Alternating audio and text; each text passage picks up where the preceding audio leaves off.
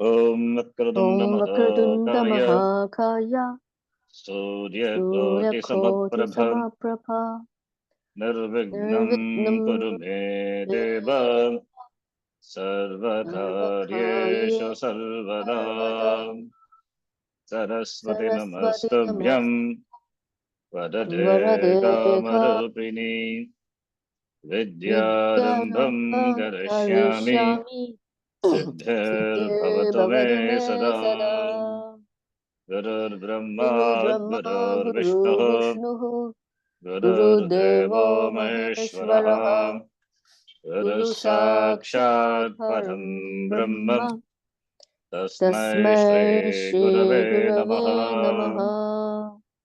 Apar Karuna Sindhum Jnanadam Shantarupinam Shri Chandrasekhar Gurum Pranamami Mudanvaham Yat Kripalesha Matrena Puman Purnah Prajayate Tam Vande Brahma Vidhuryam Sadgurum Chandrasekharam Om Sahana Bhavatu Bhavatu Sahano Sahano Bhunaktu Bhunaktu Sahaviryam Sahaviryam Karavavahe Karavavahe Tejasvinavadhitamastu ma Tejasvinavadhetamastu Mahavidvishavahe. Vidvishavahe Om Shanti Shanti Shanti Shanti Shanti Shanti. Om Shri Paramatmane Namaha Om Shri Paramatmane Namaha. Atat Shashtodhyayah अथ षष्ठोऽध्यायः Shri Bhagavanuvacha श्रीभगवानुवाच We have completed the 11th and the 12th shloka, now the 13th shloka. Having described the asana, Natyuchritam Natinicham Chailajina Kushottaram Ekagram Tatra Manakrutva Asana Aste Asminiti Asanam. And what is to take place while in the seat of meditation? That Bhagavan talks about the following shloka, that how one is to sit, how the body should be, what position, the structure. That structure, that asana has to be maintained throughout the period of meditation. That is in the following shloka, 13th and 14th shloka together. Because 13th shloka is not complete. So therefore, the 14th shloka, asita, the kriya padam is there. Therefore, we will read the shloka together. Samam kaya shiro grivam dharayanna chalam stiraha समं खाय शिरो ग्रीवं धारयन्नचलं स्थिरः samprekshya nasikagram swam dishascha See the transliteration. In Sanskritam, there is mistake.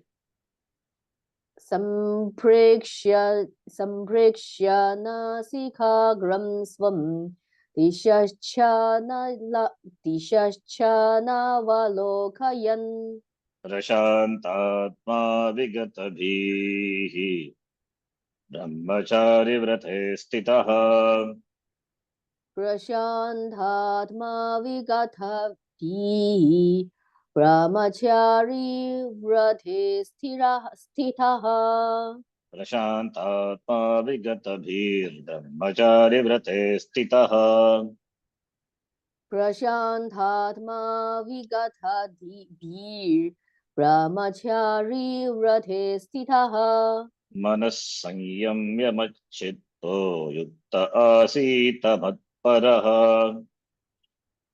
मनः संयम्य मच्चित्तो युक्त आसीत् मत्परः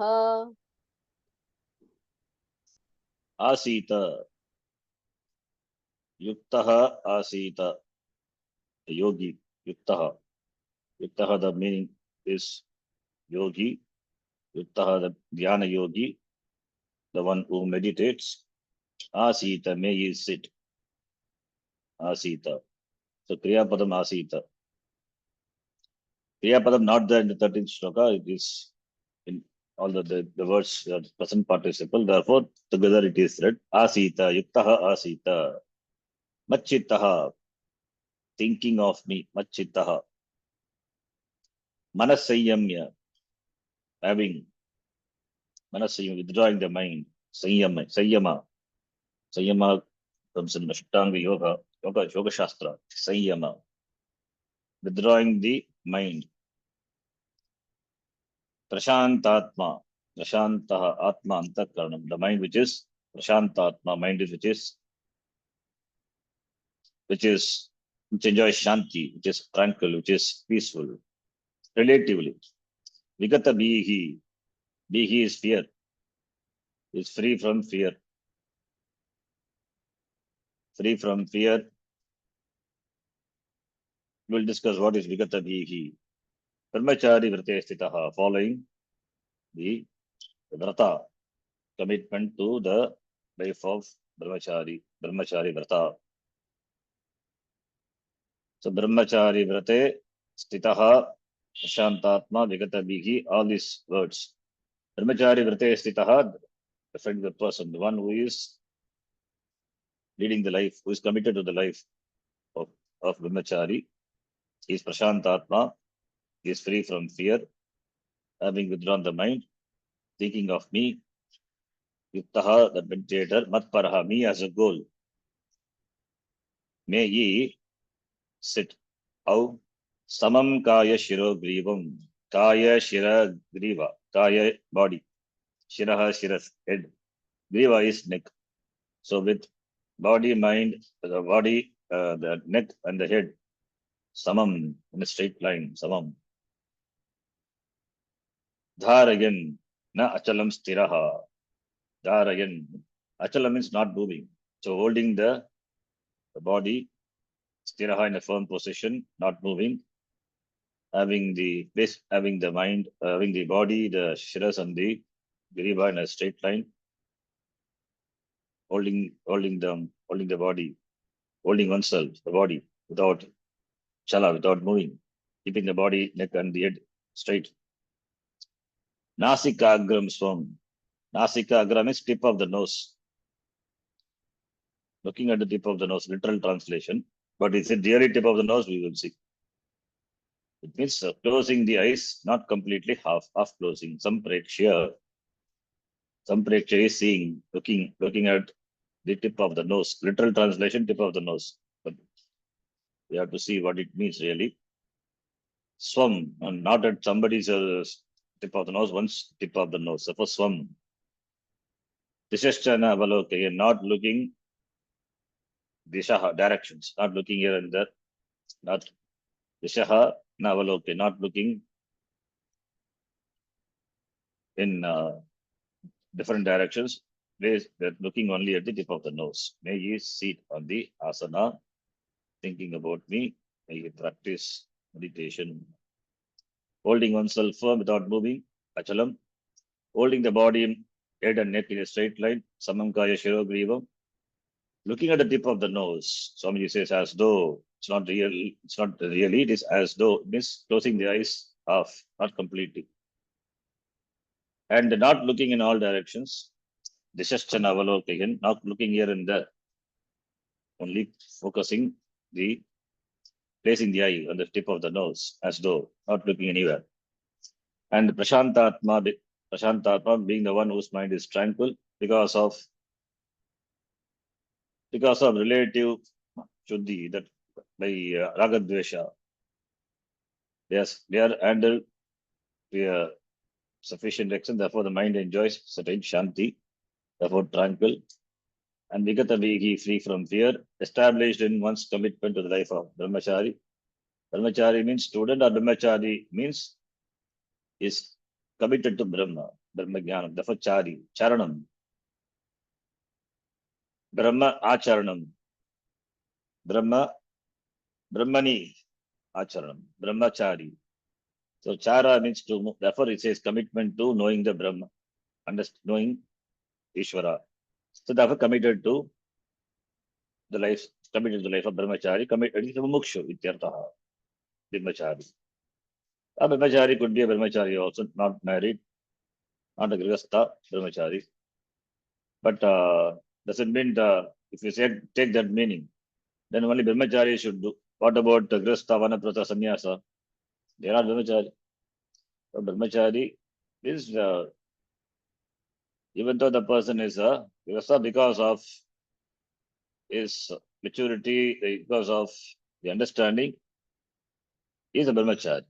Even though in different ashrama, but still the person can be called brahmachari because he is a student of Vedanta. He studies Shastra, a student, committed to knowing Brahma, therefore brahmachari. That is a brahmachari vratesitaha. Then may the person, yogi, uttaha, thinking of me, machittaha, having me as the goal, matparaha. Matparaha, you come across this word, matparaha. Paraha means goal, the end, me as the end.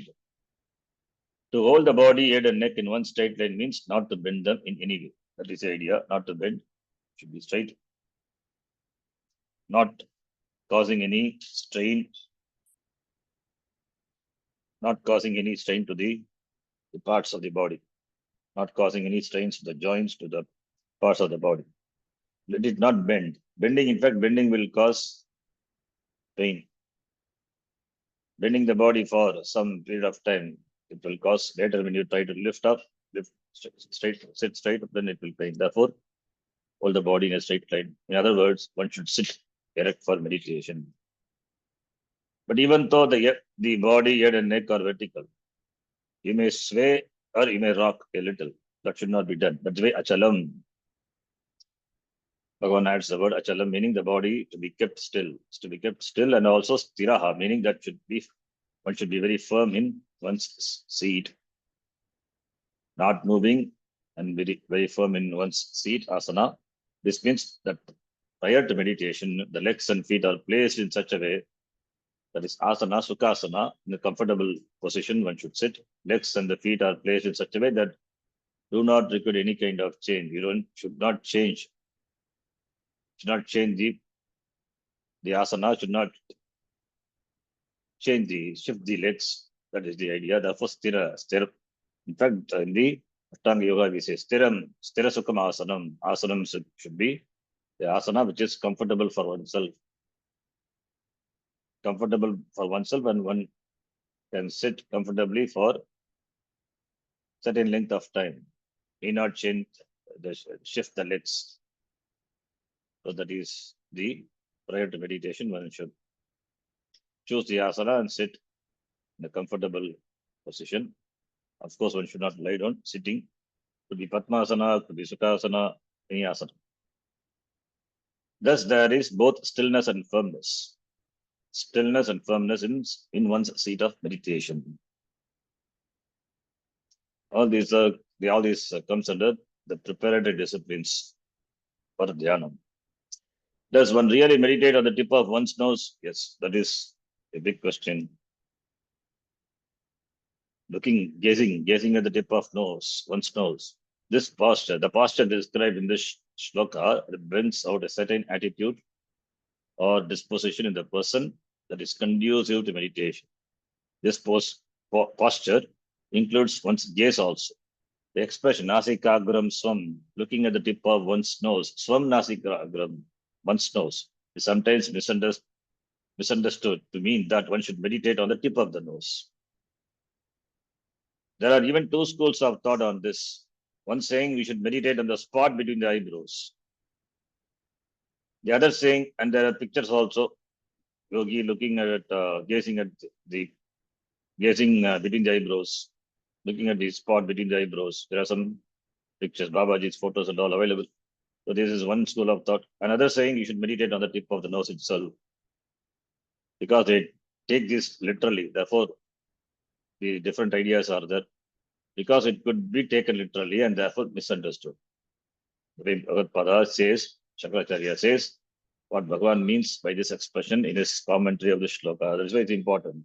Is it really gazing at the tip of the nose or looking at the spot between the eyebrows? If you take it literally, the meaning would be like that, but it is not. That's why we require the Bhashyam, what Bhashyakara says. In explaining the gaze, Bhagavan says, once samprekshya, one samprekshya nasikagram, looking at the tip of one's nose. This doesn't mean one must sit cross-eyed. Rather, given the position of the eyes as they look out, they naturally fall or converge upon a particular point, and that is where they are to remain. This means you should neither look up or nor down. You look as though at the tip of the nose, tip of your nose. That is as though, not really tip of your nose. Either neither look up or look down. Therefore, looking at one's nose is not what is being enjoined here by the expression sampreksha nasikagram. So should not take it literally, should not literally understand the meaning of these words and look at the tip of the nose. Means the eyes should not look up or should not look down. It is simply addresses where the gaze, the vision, the eyes, the seeing should fall. This is explained by Acharya as follows. How Shankara Bhagavad Pada says that there is a word iva understood here. Even though not there, we have to understand. Samprekshya nasikagram swam iva. As though. Samprekshya means samyak prekshya ikshanam, looking, darshanam, seeing, should be understood as though looking. Darshanam krutva iva, as though looking. Samprekshya iva. The eyes are not even closed, in fact. They just look out in such a way that they do not look directly at any particular object, which is another way of avoiding distractions. The eyes are the most powerful sense organ. When it is open, it will look at the object and the thought related to the object and further thoughts. All this will cause distraction in the mind of the meditator. So, and if you close the eyes, you may fall asleep also. So in opening also there is a problem. In closing also there is a problem. Therefore, neither completely opened nor closed. It's just half closed. That looks as though you are gazing at the tip of the nose.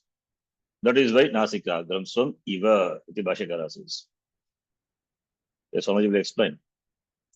Shankaracharya questions. What would happen if the person were asked to look at the tip of the nose? What will happen? Looking at the tip of the nose, where would the person's absorption be? At the tip of the nose, of course, which is not what is desired at all. The mind is the object of meditation is not to look at the tip of the meditation. It is not to be absorbed absorbed at the tip of the nose. It is meant to be absorbed in Atma. So that is meditation, contemplation. Here, Nididhyasanam, the mind is to be absorbed in Atma alone. For that purpose only, all these disciplines, preparatory sadhanas are undertaken. Therefore, for this, your mind must be available. Because the mind is to be absorbed in Atma, the mind must be available. Therefore, to make the mind available,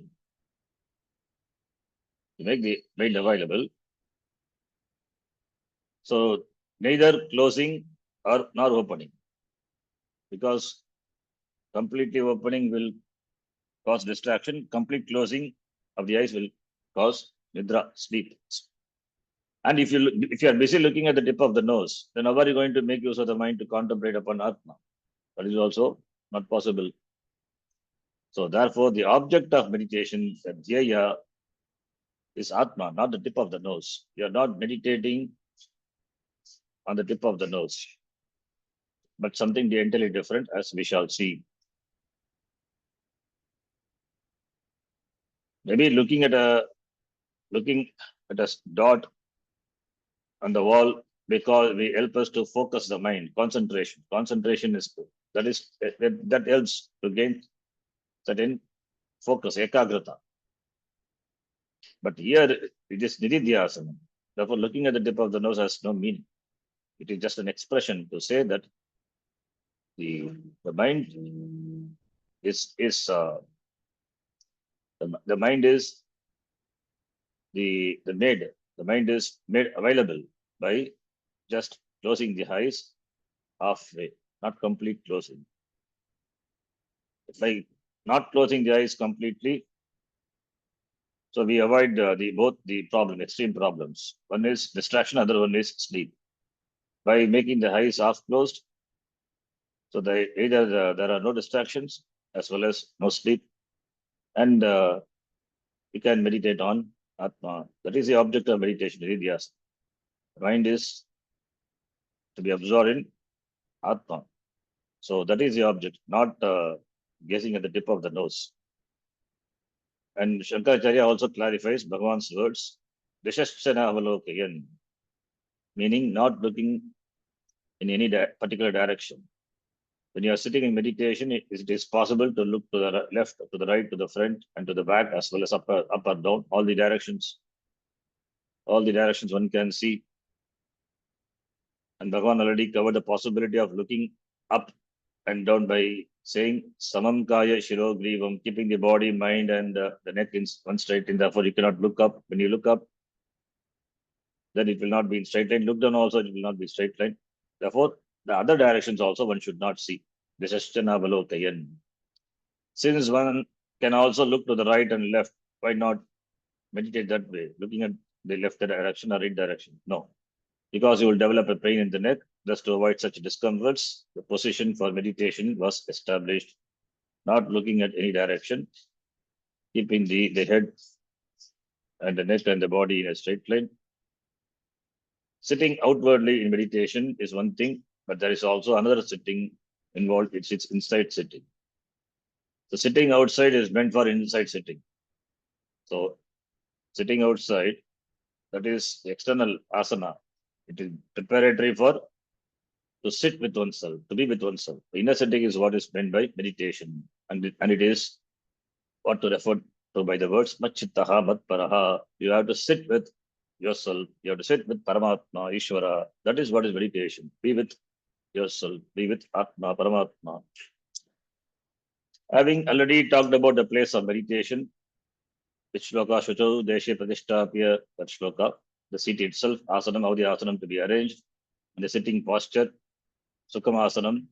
Now here Bhagavan points out the object of meditation and also the nature of meditator here. In fact, there are not many shlokas in the Gita that talk about meditation as such, whereas a meditator is talked about a lot. If you look at the entire Gita, you will find only one or two other sentences on meditation itself. It always talks about the meditator. To the meditator, the meditation is talked about. The emphasis throughout the Gita is on meditator. Who it is that meditates is what makes the difference between a successful meditation and an unsuccessful one, a mere act of meditation. The present shloka also here it talks about the meditator, where what are the words? Prashantatma, Vigatabiki, Brahmachari, Vratesitaha, Machittaha, Matparaha. All these words talk about the meditator, referring to the person as Prashantatma, one for whom the Atma, the mind, Antakarna has gained a certain degree of tranquility that is due to Karma Yoga, the Bhagavad Sadhana. And Bhagavan talks about the real Shanti later. This is relative Shanti. Real Shanti, that is only by Jnanam. Surupa Shanti is real Shanti. This Shanti, a certain degree of Shanti required for Jnanam, it is relative Shanti. So Karma Yogena relative Shanti, not Tatu Atyantika, not Tatu Swarupa Shanti. That is what is to be gained, the sadhya. In keeping with the sadhya, the sadhana has to be. If sadhya is Atma, Brahma, which is Shanti, which is Purna, which is security, which is adequate, one must have at the sadhana level also the relative Shanti, the relative tranquility, the relative peace, relative security. So that is achieved by Karma Yoga. Therefore, here certain degree of tranquility means one question may come, how can he be at peace? How can he be in tranquil? Because he has not yet started meditation. No. Here we are talking about relatively is tranquil, relatively is peaceful. So Raga Dveshas are not being there that much to disturb the person, because he's a prepared person. Like he has prepared himself by karma yoga. Therefore, he enjoys certain degree of shanti, tranquility. The real shanti, Bhagavan himself will talk about what is that later. The shanti that is gained as a result of meditation and knowledge, that will be talked about later. That is Swarupa Shanti. In this shloka, however, because the person described as a mumukshu, a seeker, the shanti talked about is relative and refers to the degree of tranquility one has gained by living a life of karma yoga. So karma yogena chitta shuddhi, that is the shanti, that is the tranquility. That is the tranquility. The person is referred to by that tranquility. Prashantatma. Prashantaha atma antakaranam. The mind. Yes, here. That person, saha. We know this by the context, since in the previous shlokas, Bhagavan had been talking about the meditator and what he or she had accomplished thus far, all of which is conveyed here by describing the person as Prashantatma. Karma Yoga and all talked about, therefore Prashantatma is the one who enjoys the relative peace of mind because of his sadhana, Karma Yoga. He has lived a life of Karma Yoga, therefore. The Prashantatma is one who has lived a life of Karma Yoga, who has taken care of his ragadveshas. Likes and dislikes, yes, sufficiently neutralized. Therefore, there is no longer pressure caused by them. Such a person is free from fear. Vigata bhihi, vigata bhihi, fear. Yasmat saha. There are many varieties of fear. In the Vairagya Shatakam, Bhattara, he talks about many types of fear. Roge bhogavayam, that is, in enjoyment there is fear. In health there is fear of sickness. In power there is fear of loss. So there are many types of varieties of fear. The fear of death, for example, is said to be a common fear for some people in the seat of meditation. What will happen to me if I sit in meditation and get absorbed in myself? Will I die? When the body is as relaxed as it is in meditation, we generally go to sleep. And there is no fear because there is nobody to be afraid of. Because in sleep, you are not there temporarily, therefore there is no fear. But when the body is relaxed and you don't go to sleep, there may be a feeling of going out of the body, which may give rise, it's only a feeling that not that person goes out, which may give rise to the fear of death if what is happening is not properly understood. The physical relaxation itself is as though you are going out of the body. You are completely relaxed, therefore, you may think that you are going out of the body, you are leaving the body. So there is fear of leaving the shariram, fear of death. Then the entire internal defense system sends out an alarm. The person experiences fear.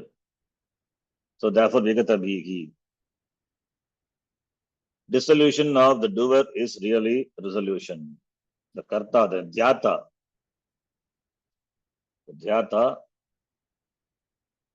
dissolution. The dhyata should be dissolved completely. That is what real resolution. No matter how old are you, there is fear in giving up the body, even though you know you have to give it up one day. However, what is involved here is the dissolution of the doer, the karta. This means the very subject the meditator is resolved, which is a kind of suicide. Therefore, there is fear. The fear of losing oneself, the karta, the subject. And because a person doesn't want to dissolve himself or herself, therefore there is fear. In fact, there is no dissolution. In fact, there is resolution. So there is here not laya, it is resolves, dissolution. Resolution of what? Agankara. Agankara, which is mithya, which is false, because Agankara is Atma, but Atma is not Agankara. So Agankara dissolves. When Agankara dissolves, then you are Atma. Not you are with Atma. You are Atma. You are always Atma. Atma with Ahankara, that causes the false conception that Ahankara is Atma. With Abhimana, Ahankara, with you act with Abhimana, Ahankara, Abhimana. When Ahankara is resolves, then you are as yourself, Atma. Therefore, in contemplation, the Ahankara, that is Ahankara meaning the meditator, the Karta, the doer of the Kriya, the action. Here the action is meditation. So therefore meditator actually resolves into Atma. The meditator, the Ahankara, slowly resolves. When the meditation deepens, Ahankara, the meditator, and the meditation, and the meditated also. The meditated, and the meditation dissolves. That's called Nirvikalpa Samadhi, in fact, in Samadhi, complete absorption.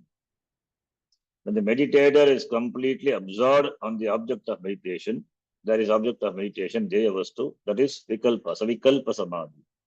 Whereas in Nirvikalpa Samadhi, even the meditator is lost. There is no meditator, there is no object of meditation, and therefore there is no meditation. That is Nirvikalpa, no Vikalpa, no vritti, no thoughts. It is just Atma. Therefore, the fear of losing Ahankara, the fear of losing oneself, the fear of losing Ahankara, that is a fear. So, therefore, one should understand and be from this fear. The source of fear, what is the source of fear? The meditator is Atma, the one who does meditation. His Swarupa is Atma. And the meditated is also Atma, object of meditation also Atma. Because here Nidhi Dhyasana, therefore Atma. If it is Upasana, then the meditated may be some Devata, some Saguna Brahma, some Devata. Here the meditated is Atma, the attempt. The action is also, the action is called meditation. So meditated, meditation. When the three are there, when the three factors, and when the when the three are there, then only there is the three constitutes meditator, but there's triad. The triad will be there. In fact, any action, there's a triad will be there. So here the act is meditation. Therefore, the three things are involved. If the attempt is successful, then what happens? The meditator is gone. The meditator is resolved into Atma. Then where is meditation? What is meditation? In fact, this is what meditation, where the meditator is resolved into Atma, and meditation also not there, because meditator being not there, and meditation also not there. Therefore, the means and the end become one and the same. The meditator becomes a meditated. So then therefore, when meditator becomes a meditated, the meditator resolves into the very object of meditation as he or she attempts meditation. So therefore, the meditator resolves into Atma. Therefore, here the fear arises, the fear of losing oneself. This is a situation where some people are afraid of, because they feel as though they are being decimated or destroyed. When the mind is completely absorbed in the object of meditation, so that they may feel. In fact, when the meditation deepens, when Nirvikalpa Samadhi for some wise people, Jnani happens, they cannot come back to consciousness. Sometimes they require external uh, external externally they have to be, there must be some external thing that brings them back. That, like in the life of Ramakrishna Paramahamsa, when he goes to meditation, he loses himself, and to bring him back to normalcy, they chant the name of the Lord in his ears. So slowly mind comes back to normal. Normal means to Vyavahara, because the mind is absorbed in the in Brahma. Therefore, to bring back to normalcy, to bring back to Vyavahara, they chant the name of the Lord. So that the external support is required, some external stimuli which causes them to come back to normalcy. That is Nirvikalpa Samadhi. And Ramakrishna Paramahamsa also has said in one place, when the person enters into Nirvikalpa Samadhi, he will lose the Shariram in 21 days. And what Shruti support is there, we don't know. But this the statement I come across in his the book, the Gospel of Sri Ramakrishna. He says, and also in this is talked about in Yoga Vasishta and other places about Brahma with Brahma Varyan, Brahma Varishtaha, Brahma with Varaha, Varyan Varishtaha iti. The gradations among the jnanis, not in terms of their jnanam. At jnanam, at the level of jnanam, all are equal. There cannot be any gradations. But the level of their absorption and experiencing that ananda, what we call that oneness, what they enjoy while being awake. With regard to that, there are distinctions. Brahma with Variyaha, Brahma with Variyan, Brahma Varishtaha. So therefore, there is like that here, for the one who attempts meditation, for him there is a fear of being lost. So therefore, that is a fear. Thus some people see fear and there is no fear at all. In fact, it is abhayam. It is abhayam. It is bhayaragitam. Atma, Brahma, which is bhayaragitam. It is therefore seeing fear where it is not there. In fact, that is what is samsara is all about. So they feel as though something is going to disappear. And therefore, the ahankara is all the time intact. They retain it. In fact, the retention of ahankara is the only source of fear there is. The ahankara itself becomes the source of fear. The ahankara is not ready to give up. Therefore, it causes sense of fear because there is a sense of being lost. Therefore, ahankara not wanting to get dissolved, that becomes the source of fear for the meditator. So therefore, be he. If the ahankara doesn't want to quit, there will be some fear, and this fear is due to avichara. Vichara is lack of inquiry. There is no proper understanding. Avichara. So therefore, they will not sit for meditation. Some people, because of fear of being lost, therefore they are afraid to sit in meditation. So this is due to avichara, a lack of inquiry alone. A person who inquires is free from fear, and therefore that person is what is referred to here, ekata bihi. So therefore, the person who has done inquiry, the vichara, that person is free from fear. So vikata bihi. He is a knowledgeable person, is an informed person, therefore he is free from fear, vikata bihi. And we say the fear is the word F-E-A-R, false entity appearing real. In fact, ahankara is mithya. It is not real, but appears real. And that doesn't want to get dissolved. Therefore, that becomes a source of fear. But a person, an intelligent person who really has inquired into the nature of it, understands, he will not have any fear. So therefore, that person is referred to here by the word vikata bihi, from whom the fear with regard to the losing ahankara is not there, as left the person. That is the meaning. Then fear of tomorrow. Fear of tomorrow, I think we'll read tomorrow. We'll stop here. Om Purnamadav Purnamidam Purnat Purnamudachyate Purnasya Purnamadhaya Purnameva Vashishyate. Om Shanti Shanti Shanti. Harihi Om Shri Gurubhyo Namaha. Harihi Om. Dhanyavadaha. Next Parag Swami, suppose if I go to Samadhi, I don't come out, what will happen? Suppose if I get enlightened, what will happen to me? If you go to Samadhi, don't come back, what will happen? We'll see tomorrow.